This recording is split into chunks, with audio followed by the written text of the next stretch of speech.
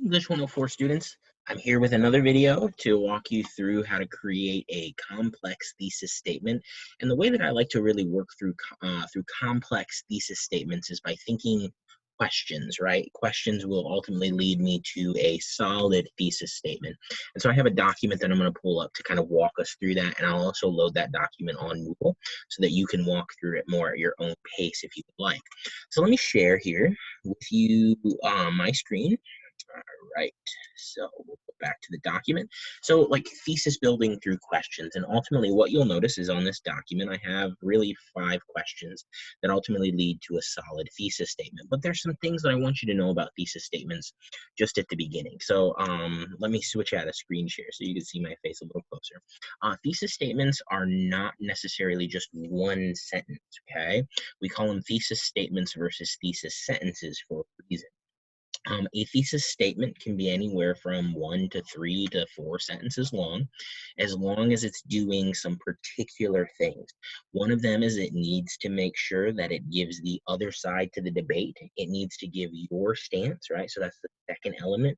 And it needs to give reasons for your stance. And then another thing that I ask that you have is transitions within that if you have more than one sentence. And I would typically like you to think about your thesis statements as anywhere between 2 to 3 sentences. I think that that'll probably produce the best results for these papers that are 6 to 8 pages long by the end.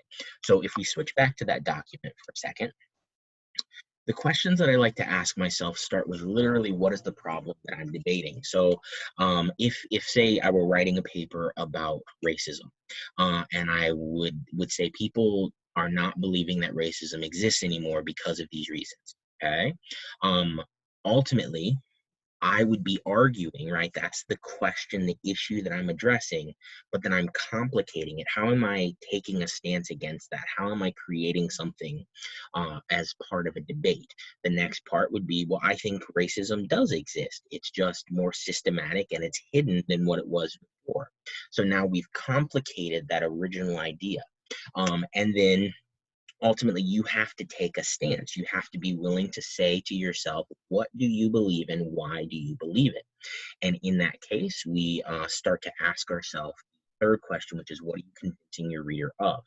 You'll notice that step number 4 here, or question number 4, is what are the transition words that you're using? So things like however, therefore. A lot of times students will start with the opposing view, then they'll use the however transition word, and then before they go into their last statement, which is their main claim that they are making, their original idea, they'll use the word therefore. So these transition words, you can always Google transition words as well, and you can get tons of different ones, okay? But you'll notice that in this case, what happens by sentence or by question 5 is how we combine all of those together.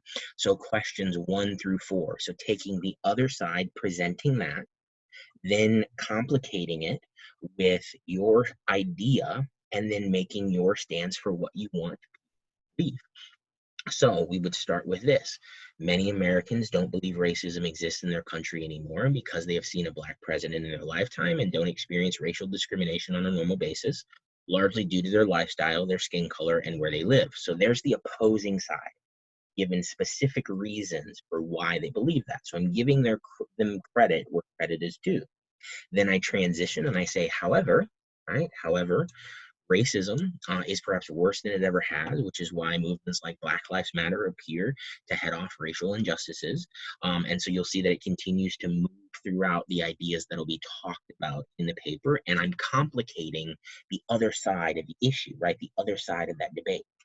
Then I'm finally giving the stance and that claim that I want people to understand from my overall paper, which is the American society, and in particular those who believe racism has disappeared, need to see the larger perspective where racial inequalities still exist, which is best illustrated through social movements like All Lives Matter, Blue Lives Matter, police brutality, and targeting specific minority groups. So I want people to understand that the debate is that racism is gone or racism is still here.